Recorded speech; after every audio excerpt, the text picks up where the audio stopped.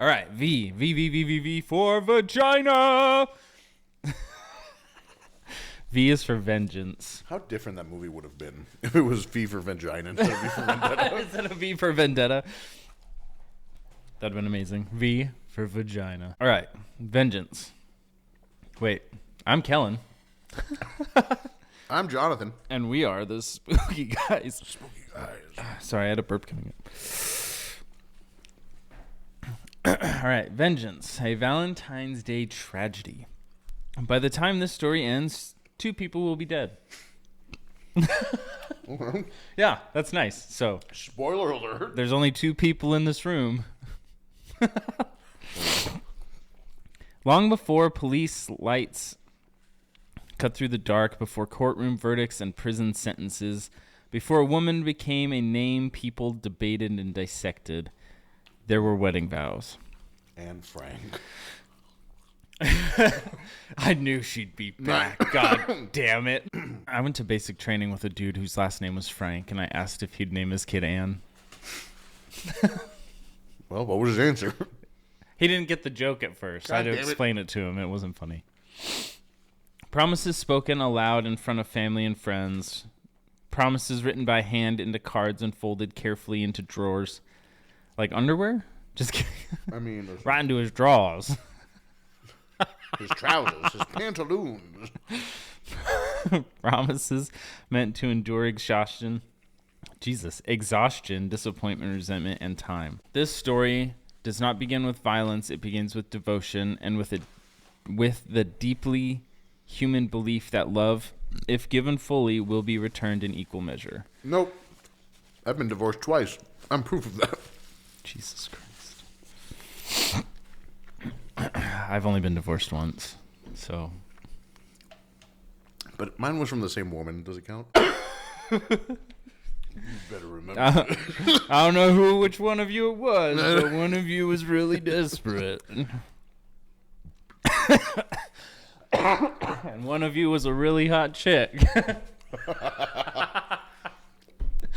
I can't tell which one, but one of you was a really hot chick, and the other was a Mexican. I was the man. hot chick. Fuck. I was worried for a second there.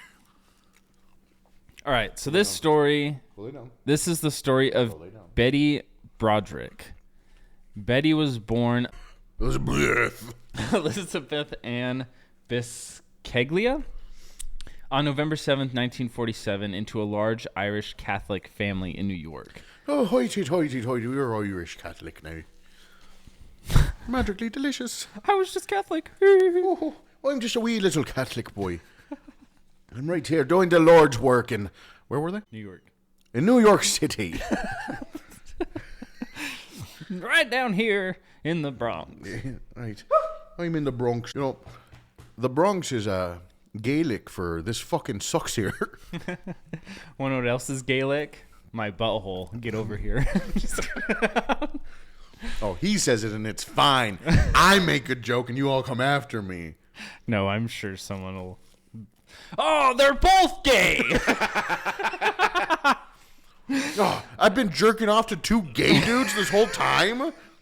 God damn it. Fuck. So, she grew up in a world shaped by structure and certainty, and growing up in a Catholic family, she grew up thinking marriage mattered. Commitment was assumed. Divorce was not discussed casually or without shame. And you worked through the problems, you endured, you stayed. From an early age, that actually sounds a lot like the Mormon church. So, be sweet, pray, obey. From an early age, Betty stood out. She was attractive and intelligent, outspoken and emotional. Hang on. She stood out. She was attractive where everybody else was fuck ugly. She didn't look very attractive in the picture, but... What year was this? 1947. Oh, everybody was fuck ugly in the 40s, so she really stood out.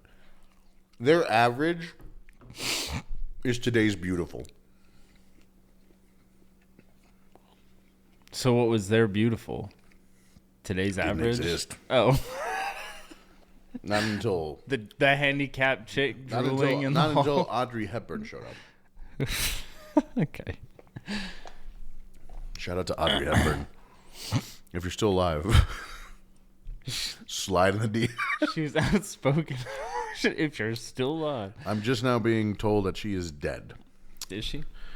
All right, Ouija board, here we come. She felt things deeply and reacted strongly. She had a temper and a short tongue. Well, be a bad lesbian, I guess. When provoked, traits that would later be used to define her in the harshest ways possible. But she was also deeply loyal. Once she committed herself to a person, a role, a life, she committed completely.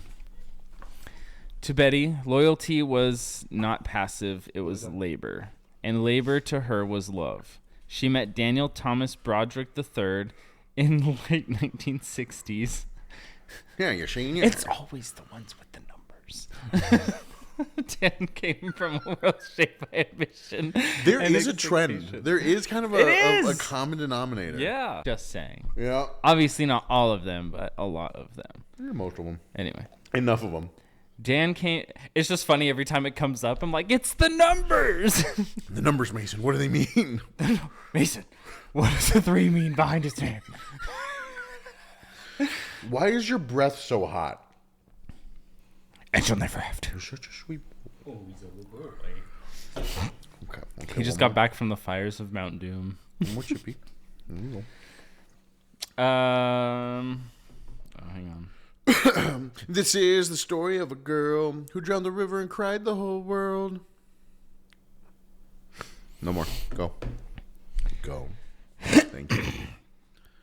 So she met Daniel Thomas Broderick III in the late 1960s. The 60s? Yeah. Oh, that's all I have Okay. for you. Yeah. Dan came from a world shaped by ambition and expectation. He was charming, articulate, and intensely focused on success. Dan did not want a quiet or average life. He wanted recognition, he wanted status, and he wanted to win. At the beginning, they fit together very easily. Dan had ambition, Betty had belief.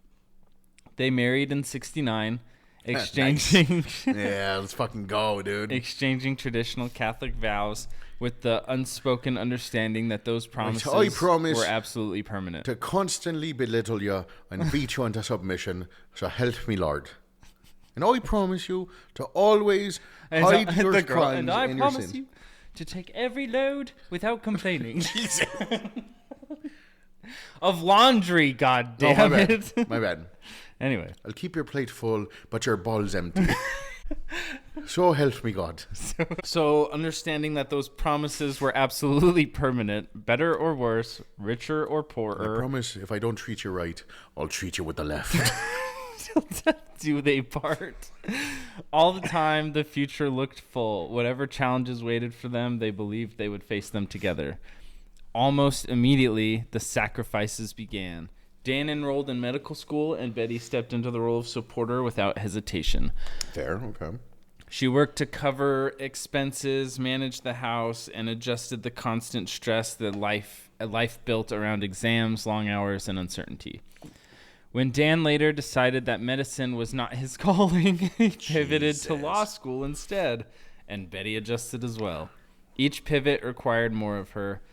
They moved repeatedly following Dan's education and early career wherever opportunity appeared. So homeboy decides he wants to go to school. Nah, fuck this. Medical school ain't it. Yeah. And now he's in law school or is a Now lawyer. he wants to be a lawyer. What did he? What was his specialty? Medical malpractice. Huh? Weird. Adjacent. How did he die? Medical malpractice. They moved repeatedly following Dan's education and early career wherever opportunity appeared. Okay. Each move meant starting over, new homes, new doctors, new schools, new routines, and every time Betty absorbed the disruption quietly. Children came quickly. 9 months isn't, quick, but... Yeah, I mean, it's the average span of time it takes for a child to be born. It'd make more sense if it was like, Dan came quickly. Just kidding. You know what's funny? When people casually talk about trying for kids, in conversation, be like, so we're trying to have a kid. I know. It's like, and it's like, okay, so you're coming you're inside your wife, which is like, I get it, but call it what it is. Be like, so he's just fucking dumping loads in me every night. You're like, Grandma, we are at the dinner table. She's like, Grandma's like, so anyway, your grandpa came home one day and wanted children, so I just started taking loads left and right. Grandma, that was right and left. Shut the fuck up. I did my time. We still fuck now even. It comes out as powder, so I gotta add a little water to the mix to... He's a little old and it's just dust. Well, you know, 1 part water to every part cum shot, and right as rain. And that's why I'm pregnant at 85. Well, if it happened to that one chick in the Bible, I don't remember her fucking name, Sarah. My lips dragged to the floor, but god damn it do I make great children. Except you ungrateful fucks. Except for my great-grandchildren with the Tide Pod. With the Tide Pod. I'd be like, fuck it, we're putting it in our fucking home next week. With the Tide Pods and the fucking and the blowjobs. And the TikToks. You don't put penises where they don't go. Back in my day. It was the asshole or the vagina. Yeah, if you didn't want God to see your sin, you put it in your butt. Why do you think I fart and there's no sound? It just goes... And if the wind hits me just right, it whistles like you're blowing over the top of a bottle. God damn it, Grandpa Dan was hung. Okay. Anyways, that was a... Children came quickly. One pregnancy blacked out. followed another. Eventually, there were 5 children. Damn. Yep, in only 2 years. Damn. I'm just kidding. Oh, fuck, dude. Oh, brother. I was like, that's technically not possible. That's literally illegal. It's... Is it?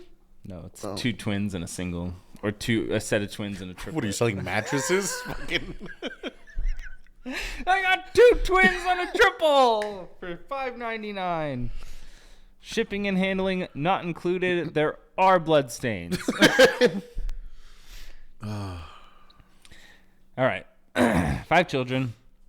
Betty became the center of gravity for the household. She managed the finances, the schedules, the meals, the schools, the events, the doctor's appointments, you dumb bitch. and the endless invisible labor that keeps a family functioning. Dan studied. Dan worked late. Dan focused entirely on becoming successful. And over time... Well, obviously, he still had time to fucking throw it down. He had 5 kids, my guy. Yeah, if he didn't... Look, statistically speaking, if they didn't take the time to fuck, he could have taken a second job. He probably could have been more successful. Yeah. It's a lot of kids. If he stayed at like 2 or 3, he probably would have been more successful. But this was the 60s. I know. All right. They're Children coming out were... of those times where they're like, oh no, only 4 will survive, and there's like 18. Which ones will it be? Could you imagine? Loading a revolver. Which ones are gonna live? Could you imagine living in like the 20s and 30s and you're just playing fucking bingo with your kids' deaths and just waiting? It's like, pretty much. We have to have all these kids because we don't know how many will make it. It's like I was one of 20 and only 4 of us made it. Hi. We had to eat the rest. What? I'm sorry? Have you ever heard of the Oregon Trail? That was Trail. not 1920. Oregon. All right. Dan studied. Dan worked late. Dan focused entirely on becoming successful. Over time, their lives began to take on different shapes. Dan's world expanded outward, colleagues, mentors, clients, reputation. Betty's world narrowed inward, children, house, responsibility, routine. For years... Take a shot of tequila without making a face. I apologize. I got tagged in something and I thought my sound was off. Carry on. No, let's hear what you were fucking tagged in. It's more important than It was me. my own video. Oh, really? Go on. Where you take that big drink of water and then stare at the camera? First of all, it was tequila. No, I remember that day. You told me to pour the bottle out. First of all, that was 7 years ago. You weren't in my life then. Were you in my life then? carry on.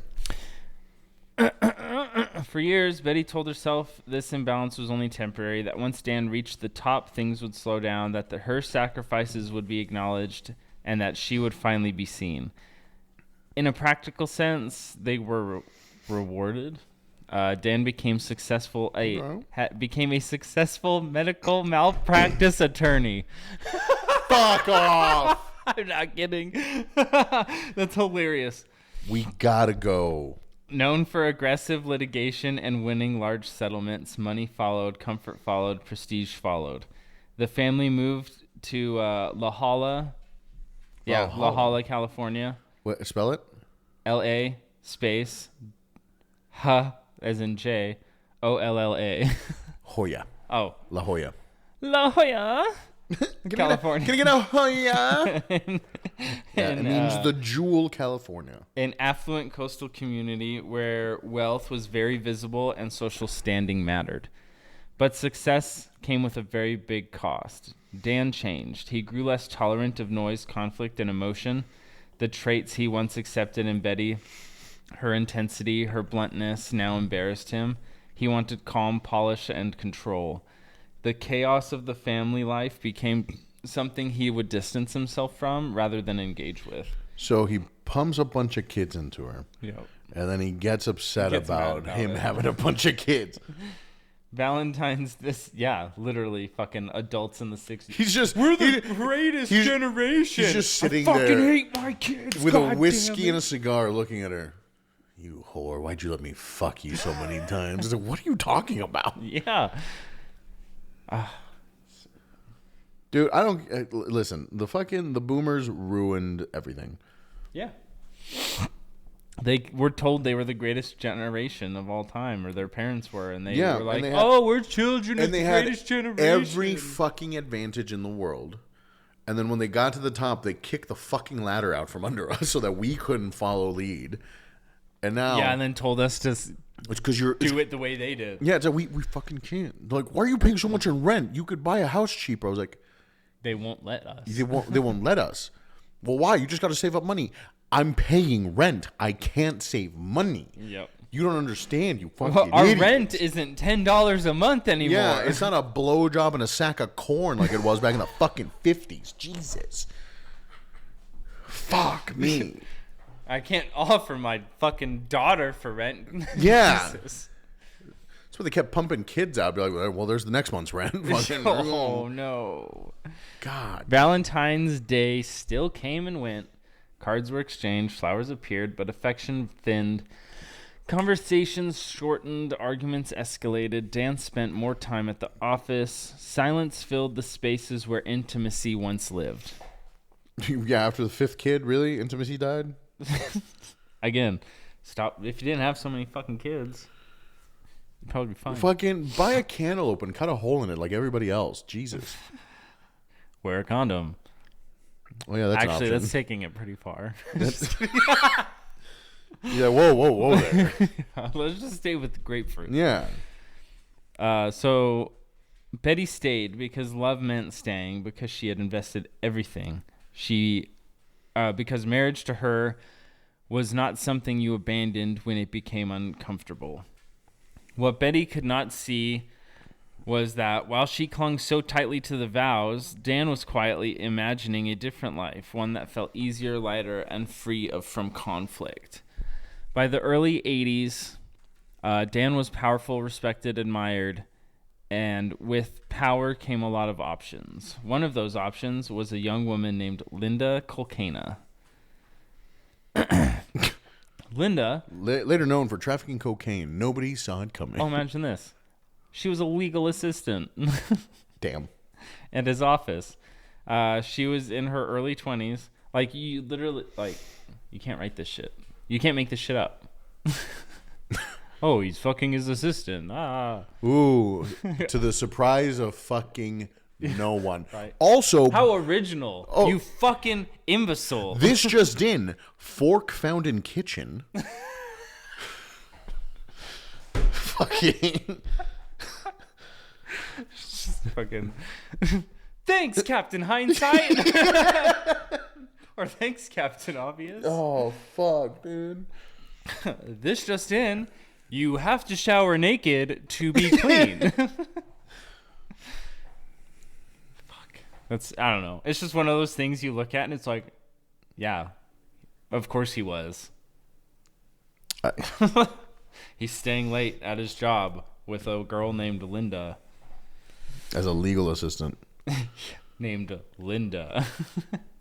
You don't need a legal assistant. Honestly, at that point, I'd be more upset that he's not fucking her. At that point, I'd be like, babe, what are you doing here? Oh, you have an assistant? Oh, you got no game? Nice. You don't pull bitches? Yeah. You're your best friend's law firm. He's like, yeah, I have an assistant. You're like, nice. Hey, he's like, hey, Cameron, can you come in here, please? Cameron. Nice. A guy comes in. You're like, he leaves. Like, Cameron's not a hot shake you're fucking? He's like, dude, I'm married. My assistant's a guy.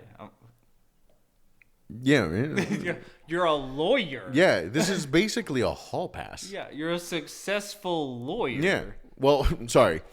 Not successful because you're not fucking a hot secretary. Yeah. Friendship over. I thought we were cool, dude. I thought we were homies. You're telling me you're out here not fucking? Yeah. You're not my lawyer anymore. Yeah. I'm going across the street where they fuck bitches. Yeah, I'm going to Franklin and Franklin across the way. They get bitches and money, Yeah. not just money. Yeah, I want a lawyer that I know is not just going to fuck the prosecution, but's going to fuck something else that moves, all right? The 60s were a really weird time. The 60s were all about how much hog This is you the could slay. 80s too, so. The 60s, 70s, and 80s. Lawless times. Even the 90s, man. Like the way our parents dressed us. Dude, yeah. And then The just big let us old windbreakers. do whatever the fuck we wanted. Like my older brother and I used to shoot arrows in the air. Like arrow roulette. I worry about you. I'm like, every time you tell me about your childhood, I get a little bit sadder. Why? Because you tell It's me not all sad. That part's not sad. Just because you grew up like you were pretty babied, right? Can this go higher? Yeah. This pivot's up. Oh. There you go. Oh no, it's not going anywhere. Did you got to pivot it up? It's not going anywhere. It's not open. Frodo. Let's put it in here because I'm done with these. Oh, he's a good boy. You can have one more chippy. All right. Sit. I'm going to kiss your snoot. There you go. He licked the inside of my mouth. Linda worked as a I'm legal no longer a assistant in virgin. Dan's office. She was in her early 20s, decades younger than Dan. Nice. Nice. Now, also, we just want to... This is a joke. Yeah, I was gonna say. I also want to just say, it's a bit. I do not not- condone cheating in any way, shape, or form. It I is fucking fucking- atrocious. Hate it, and I actually think people need to be lynched and killed for it to make examples of. But Okay, all right. Well, hold on. Wait a minute. this is my personal view because I despise cheaters. Yeah. But for the bit, it's hilarious because, so don't come at me. So, anyways, She represents something that Betty could never be again in his eyes. a virgin. Uncomplicated admiration. Oh, So, yeah. Just childless, I suppose. But that's his fault. I It's was your gonna fault, say. Dad. So Linda listened attentively. She agreed readily. She did not argue about the past or challenge her version of events. The line between professional and personal blurred very quietly. There was no dramatic revelation, no confession that tore everything open at once. The emotional separation happened first, long before anything was acknowledged out loud. Betty sensed the drift and she confronted Dan about it, but he denied it completely. Again and again, he told her that she was just being jealous and paranoid and unstable. just mid plow. You're fucking crazy, babe. Yeah, you're crazy. I'm not doing any. I'm at the gym. No, I'm at a golf tournament. We're just clapping. Oh, Daddy. It's a children's golf tournament. No, that was Charles. You remember Charles from The Office? He calls me Danny. Yeah. I'm fucking the secretary. No, you can't own it. He just fucking went at her for being paranoid. He denied it. You psycho bitch. Nothing's more gaslighting than knowing, like, Knowing it's crazy. My ex did that. Cheated and then gaslighted the fuck out of me. Yeah. So you're paranoid. You're unstable. You're fucking somebody. Psycho bitch. Yeah.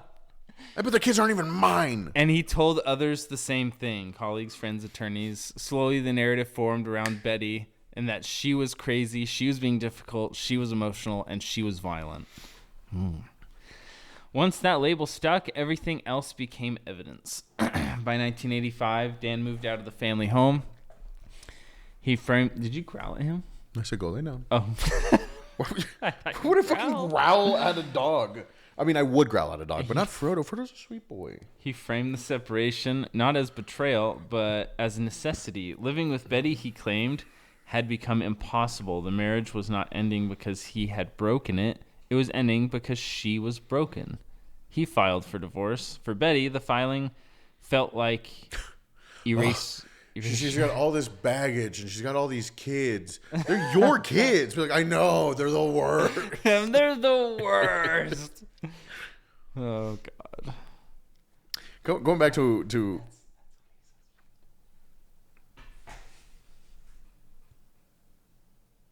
It's true, but yeah, it's sad. It's true. That's one thing too that I saw coming, but I didn't like it in Umbrella Academy. Going back to the conversation from the previous episode, was Five's relationship with what's her face, number two's wife. It was like the mannequin? No, when they were in the tunnels, and they were gone for like 7 years. Oh yeah, they were. Oh yeah, yeah. They went into the time tunnels or whatever and got lost. And I'm like, I get it. Oh yeah, he did. But they both did age, and they were together. Well, I mean, yeah, they were there for 7 years. That's a long time, and you don't know what anyone else is doing. No, because it was only a couple hours for them back in the regular timeline, but they were down there for 7 years. Well, that's why Diego was so mad. Yeah, about it because, but yeah, they came back and they're like, he had like a full beard, everything. They're like, oh, we found our way out, and they're like, he didn't have a beard. No, because she shaved him. Oh yeah, right. Like they had found their way out and they like cleaned they up. cleaned. It was a whole thing, but like circumstantially, she's like shaving him. But circumstantially different because like you guys don't know if you're going to get out of here or not. You're alone. You need a little bit of human companionship. I kind of get that. Yeah, I mean, I can understand. It's like she was fucking kudos. It's probably like he's like, I am 70 in a 12-year-old's body. He wasn't 12 then. No, he was like 15 or 16. No, he was older. Like he was about. Oh wait, because there was a time jump between the seasons, and then they're in there for 7. So he's like 22, then there for 7. So he's almost in his 30s. Yeah, which in real life he is in his 30s, which is doesn't hilarious. Look like, yeah, I followed them all on Instagram in the hopes that one of them would follow me back. Hasn't happened yet. Do you have more followers than any of them? Yeah. Oh really? Yeah. Which one? I don't want to say. I don't want to call. I'll show you later. There's just one or two that I have more than. Or even if they did like an Umbrella Academy animated show, that'd be cool. Have them voice them. Yeah. Why not? Dan had money, composure, and attorneys. Betty had debt, fear, and grief. And children. The divorce process was brutal. Legal fees mounted. Courtrooms replaced kitchens. What? Why? Custody battles followed. Hey, can you go get me a glass of water? Sorry, they're in the middle of a. Yeah, they're in the middle of a disposition. Can I have yeah, here, I'll make you a sandwich. He hands it. It's like paper with mayonnaise on it. These are two. This one's for insurance fraud, and this is a intellectual property infringement case. But like, this is a death record for Dad. He's not dead yet. And it's dated for 9 months from now. I'll take that. So, Motherhood had been her only identity, and without it, the ground beneath her collapsed. So she lost the custody of her children completely.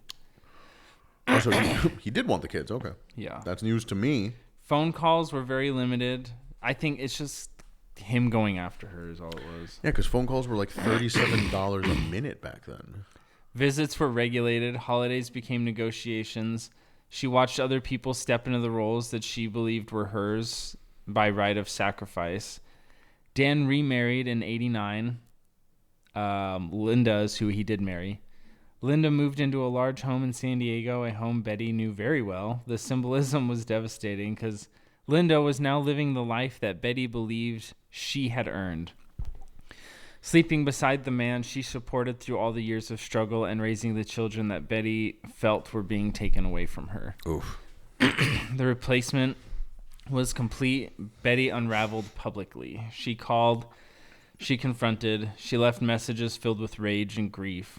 Each outburst was documented, each emotional reaction reinforced the narrative already attached to her name. Restraining orders followed. Law enforcement intervened when necessary, but nothing rose to the level of criminal action. The system functioned exactly as designed, but emotionally, Betty believed justice had completely failed her. There would be no apology, no acknowledgement, no reckoning. Her identity, wife, supporter, mother had been shipped away. Had been stripped away legally and replaced seamlessly. Over time, hope disappeared, and what remained was bitterness that hardened into certainty. Into the long cock of the law. This was no longer about fairness. It was no longer about reconcile. It became about ending the story on her terms. In the early morning hours of November 5th, 1989, I don't like the way this is going. Before dawn softened the edges of the night, Betty Broderick got into her car and drove to Dan and Linda's home in San Diego. The streets were quiet and the world was still asleep. There was no signs of forced entry. Betty knew how to get inside. That detail would later unsettle investigators. This was not a break-in. This was an arrival.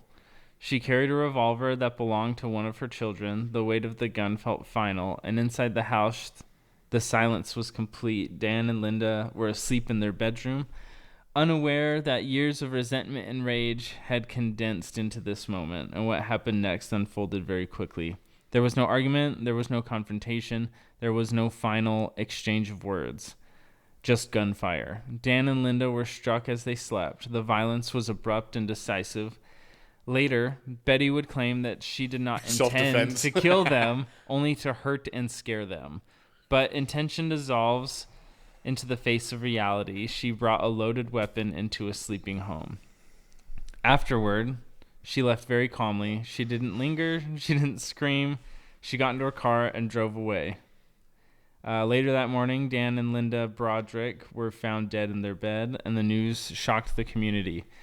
This wasn't a random crime. It was an intimate, personal, and layered with years of public conflict. Betty was arrested without incident. She did not deny responsibility. I mean, you really can at that point in time. Like, you can. I know try. she should have made it look like a break-in. Jesus, her trial amateur. I know her trial captured public attention. The first trial ended in a hung jury. Jurors could not agree on whether this was first-degree murder or the tragic collapse of a woman emotionally destroyed by years of erasure. Public opinion fractured sharply, and the second trial ended in conviction. Betty Broderick was found guilty on 2 counts of second-degree murder and sentenced to 32 years to life in prison. Remind me, because it's just one of those things where it confuses me every time I hear about it. Is the higher the degree worse or the lower the degree worse? First degree murder is the worst. Okay. Because it's first degree, second degree, and then third degree is like manslaughter. Okay. So first degree is there was an intention, there was plan, there was this. Second degree is like you didn't necessarily mean to, but you still. But did you it. were like in an argument and you shot them. Yeah. Or They you. call it, it's what they call like a crime of passion or whatever. Yeah. Yeah. Or it's like unintentional homicide. No. And then manslaughter or third degree murder When it's is accidental. like I ran someone over with my car because they ran out in the street. Right. That's manslaughter. I can get charged with manslaughter. I personally don't think people should be getting charged with manslaughter. No? Not for those kind of circumstances like that. What about the guy from Sweet Life of Zach and Cody? I beg your pardon? What? Yeah, the Mr. Mosby. Right? I don't. What did he do? He killed someone. He got manslaughter charges in the 90s. It depends on the circumstance. If it was like he was driving and somebody came up from between cars and got struck, I think he should not be at fault for that. Now, if he's driving and somebody's crossing at a crosswalk and he runs him over, well, then he's at fault for that. But if he has a green light, is he still at fault? No, if somebody crossed, In Montana, Montana's wrong. Everything Montana does is wrong. I'll argue that every day of the week. I'll agree with like the stand your ground laws. The fact that we've got people with 9+ DUIs still legally driving. Hey, it's just a rite of passage. Jesus Christ. Welcome to an Irish state. Just kidding. It's not even. We're not going to argue. I'm just playing. But I think if it's accidental, like accidental discharge of a weapon, no, like that's a manslaughter charge. But somebody steps out in between cars and you fucking had no time to respond and stop it. Like, how severe is a manslaughter charge? Is it like you're going away for 5 to 10? Depending on how bad it was. Yeah, I'd be like, no. Now, if you're being an asshole, you're not paying attention, you ram into the back of somebody's parked car. No, that's on you. Well, that'd still be considered manslaughter because it's still accidental. That is not first-degree murder for just ramming into the back, unless you planned on doing it. If it's premeditated, Yes. yeah. Unless you're like, there's that bitch. There's people like watching some videos of people driving and like just plowing into the back of somebody's car going full speed. I'm like, how? Yeah, like why weren't you? You didn't even try. You didn't. slow You down. no attempts. No attempts. If I know, And that then they seem surprised too that they were there. I'm like, I literally watched that come at you for the last 10 seconds of this video. it's All you had to do was swerve. At the very least, swerve. not even. It's just a nice little Yeah. switch lanes a little bit and come back in.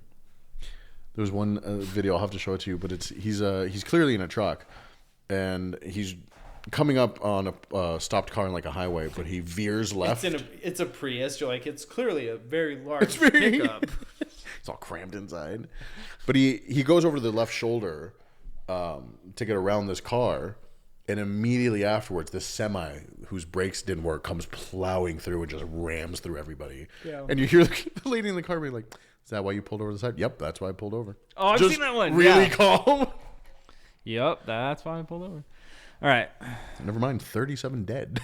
5 children were left behind. Yeah. And he gets manslaughter. Their father was dead, their stepmother was dead, and their mother was incarcerated. Damn. The cost of vengeance was permanent.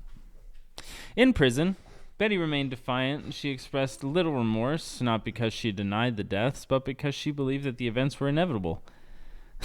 The courts wanted acknowledgement of wrongdoing, but Betty wanted acknowledgement of her suffering, and neither gave way.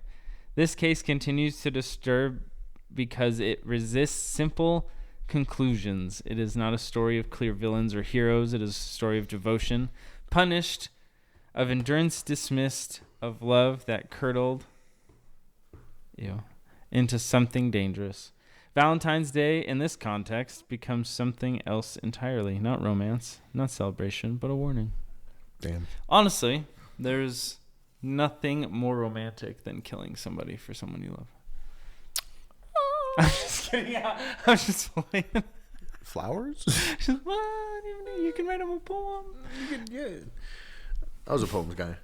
Still am a poems guy. I wrote Lacey a poem this year. Roses are red, violets are blue. You were really cute. Let me eat Let you. me come in you. It's weird. You sent me the same poem.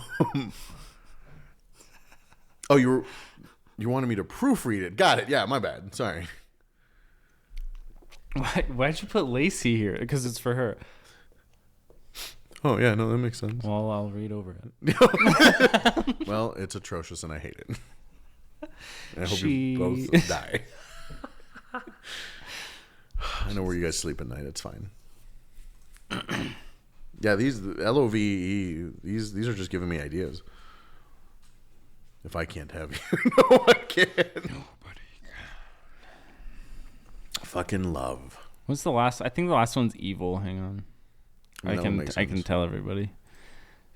So because these episodes, I might just publish the one today, or tomorrow for shits and giggles, and then Wednesday, just so there's a break in between the two. Okay. And then I think the last one is evil. The Vampire Clan. Huh. Yeah. Is that clan with a C or a K? Just checking. C. Okay. Capital C. Ooh. Okay. Ooh, this one's a longer one. Those two we did were only 5 pages each, and this one's 8. Okay. So. Yeah. These two, so far, we're at 45 minutes with this one as well. Oh, okay. Yeah. Well, that's good timing because I got to start getting ready for work soon. Anyway. Yeah, so we'll just end it there. So, thanks for listening, and remember that if you love somebody... No, you don't. Kill them in your sleep. Kill them in your sleep. If you love someone so much and they leave you, kill them and their significant other. Anything else? Don't pump her full of kids and then get mad at her for it. Yeah. That's fucking ridiculous. That's silly. Fucking men. They're the worst. Yeah, they are. I identify. Honestly, I find mothers' bodies way more attractive. So. Yeah. I know someone with numbers that doesn't. So anyway. I'm Kellen, and we're the spooky guys, and I hope you guys stay spooky and you review us and like us and message us. I want to do some listener stories. So if you have like a story about getting robbed or mugged or beat up, or you had a really weird sexual experience, or a paranormal story, or a murder, I don't fucking care. Just I don't know. Hey, let me. I just want to do. Can I talk to you guys for a second? Hey, hold on. I'm gonna take you over here. Yeah, Kellen's been really weird about this, and if you guys could do this for him, that'd be great. He's really getting weird about it. I watched him the other day cry openly into a notebook. That it had just written over the top of it listener stories, and it was blank, and it's getting kind of fucking pathetic. So if you guys get to send a little something, that'd be great. No, it's not that bad. Oh, you're here. Hey, sorry, I was just having a conversation with our audience. Folks, leave us a message, leave us an email, send us an Instagram DM, doesn't matter, leave us a comment. We appreciate you guys. We'll talk to you next time. Yeah, stay spooky. Fuck yourselves. Bye. Good stretch.